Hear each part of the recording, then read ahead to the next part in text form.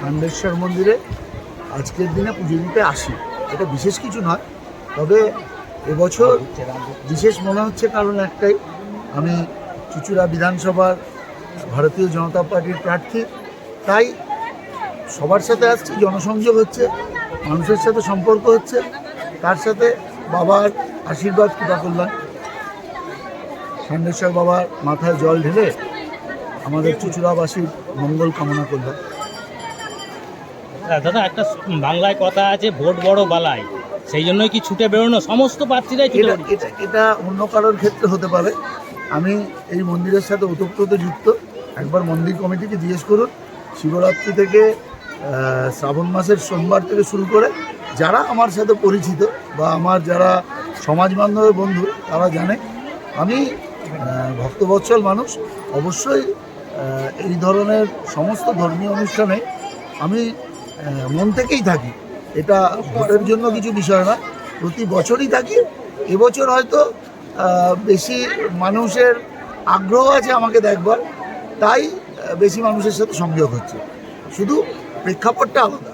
কিন্তু এই পুজো দেওয়া বা বাবার মাথায় জল ঢালতে আসা, এটা বছরে অন্তত ৮-১০ বার হয়। আপনি কি কিছু প্রতিশ্রুতি দিচ্ছেন যে জিতে আসলে এই মন্দিরের সংস্কার কল্পে আপনি আরও সুন্দর করে? দেখুন, জিতে আসা মানে তো একটা বড় দায়িত্ব নেওয়া। আমার এখানে যা কিছু ভগ্নপ্রায় মন্দির যা আছে সবগুলোই সংস্কার করার চেষ্টা করব। সর্বোপরি আমার কোনো মন্দিরের চাতালে নেই, কেউ মোমবাতি ও ধূপ জ্বালবেন না।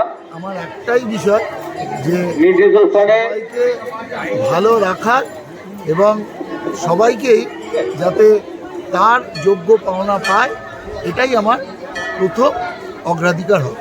বাবার কাছে কি প্রার্থনা করলেন? সকলের জন্য মঙ্গল কামনা করব। নিজের জেতার ব্যাপারে করেননি? বাবার যদি আশীর্বাদ থাকে, যেটা কি চাইতে হয়, তিনি তো আমাদের মনের ইচ্ছে সবই জানেন। তার কাছে অবশ্যই তিনি সবার ইচ্ছা জানেন এবং অবশ্যই আশীর্বাদ তার আছে বলেই আমরা এত সহজে এত মানুষের কাছে পৌঁছতে পারছি।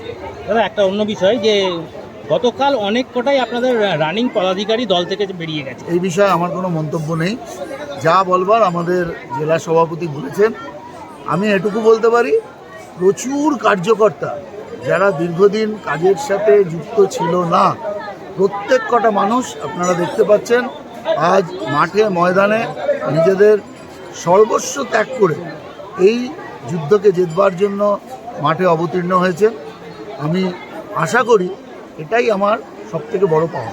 কোনো প্রভাব পড়বে না বলছেন? আমি তো জানিই না কে গেছে, প্রভাব কিসে? কেউ কি ছিল আমাদের দলে?